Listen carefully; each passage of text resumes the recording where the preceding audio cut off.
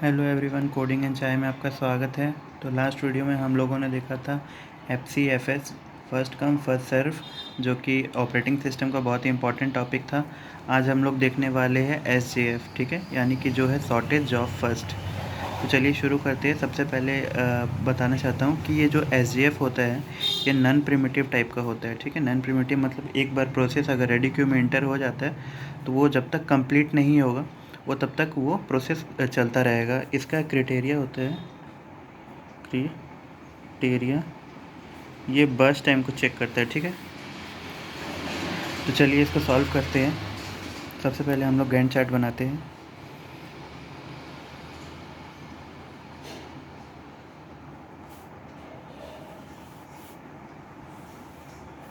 तो हम लोगों ने गैंट चार्ट बना लिया।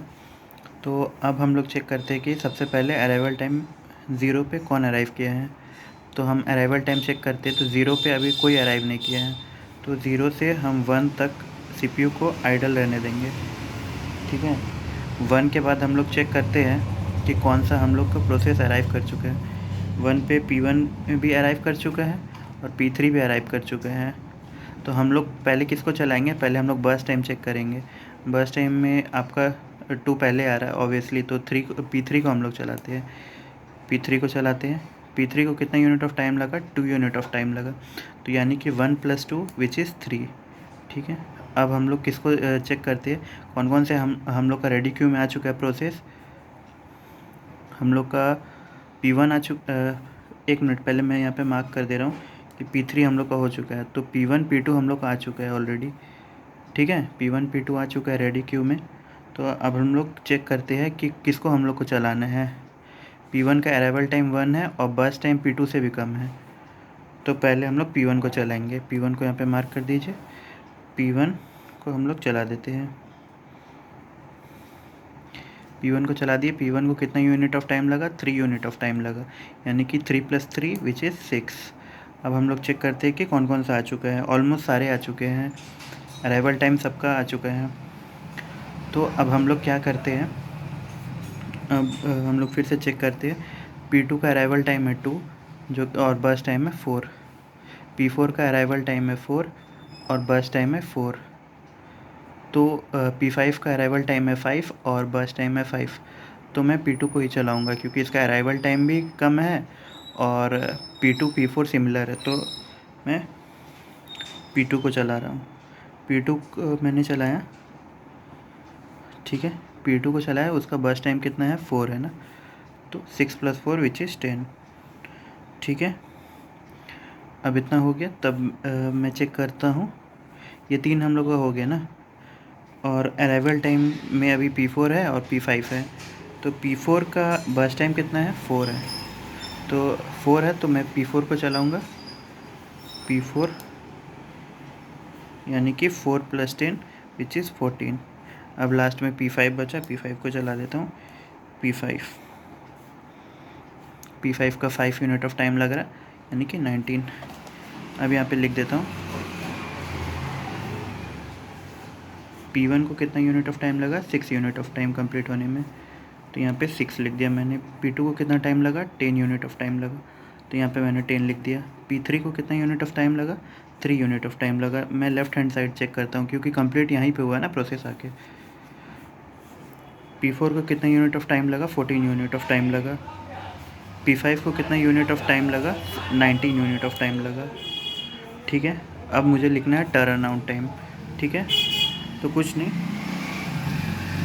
आप लोग को बताया था टर्न अराउंड टाइम जो होता है हम लोग का, वो completion time minus arrival time होता है, ठीक है। तो टर्न अराउंड टाइम मेरा हो जाएगा, मेरा completion time minus arrival time. 6 - 1 5, 10 - 2 8, 3 - 1 2, 14 - 4 10, 19 - 5 14,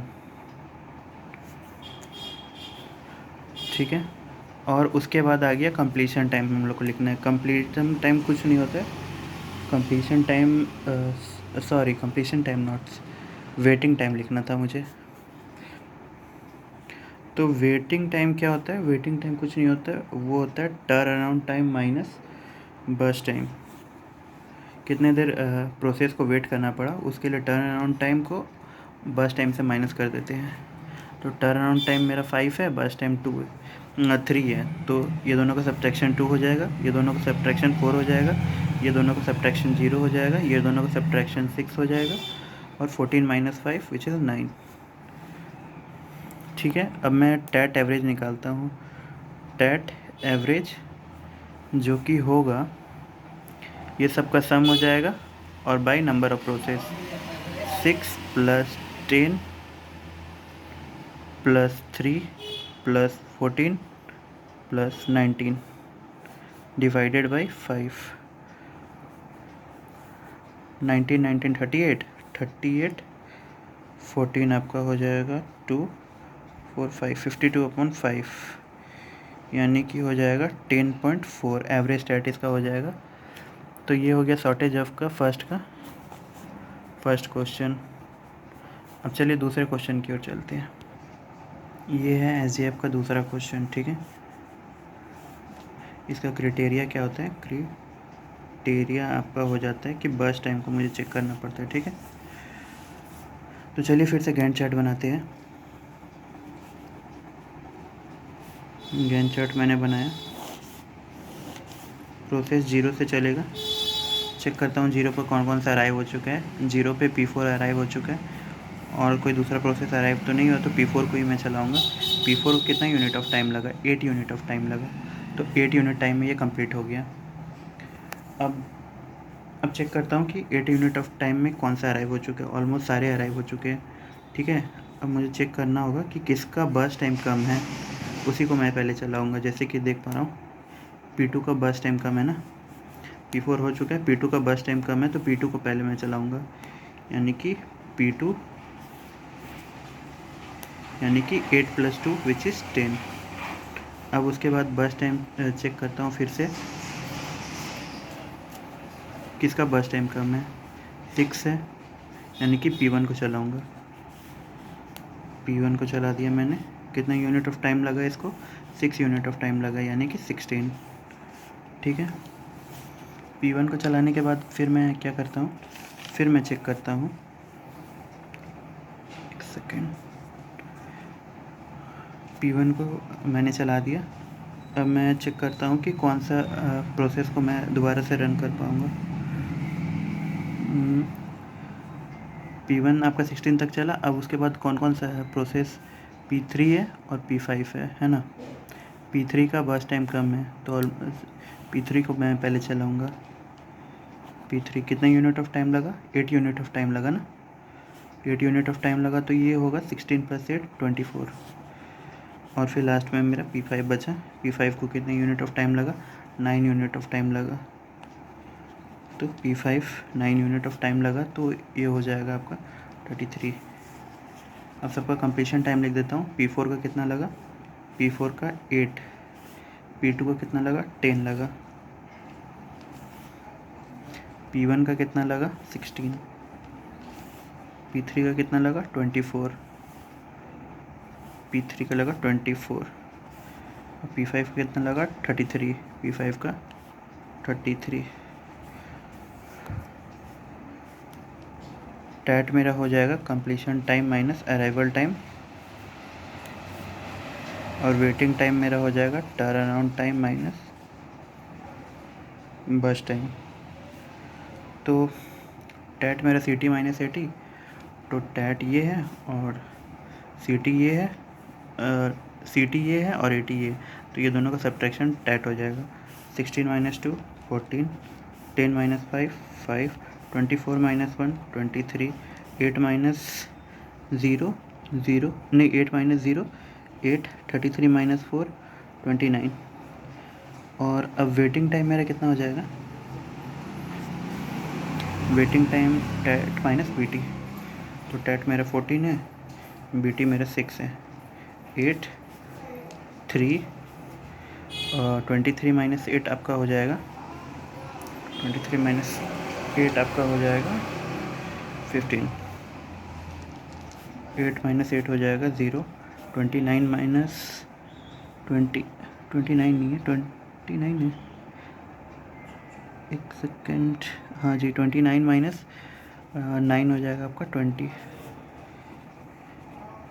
average TET आपका हो जाएगा ये टैट सबका सम बाय नंबर ऑफ प्रोसेस, जो कि है 16 plus 10 plus 24 plus 8 plus 33 upon number of process which is 5, यानी कि 26 प्लस 32 प्लस 33 बाई 5। 33 32 5 6 2 6 1 7 8 9, यानी कि 91/5, जो कि आपका होगा 91/5 आपका हो जाएगा। इसको आप डिवाइड कर दीजिए 4 1 8 18.5 18.5 आपका एवरेज सेट हो जाएगा। तो आई होप आप लोग को SGF आज पूरा समझ में आ गया होगा। अगर आप लोगों को कोई डाउट होता है तो कमेंट सेक्शन में बताइए। आज के लिए बस इतना ही। हमारे चैनल को सब्सक्राइब करिएगा।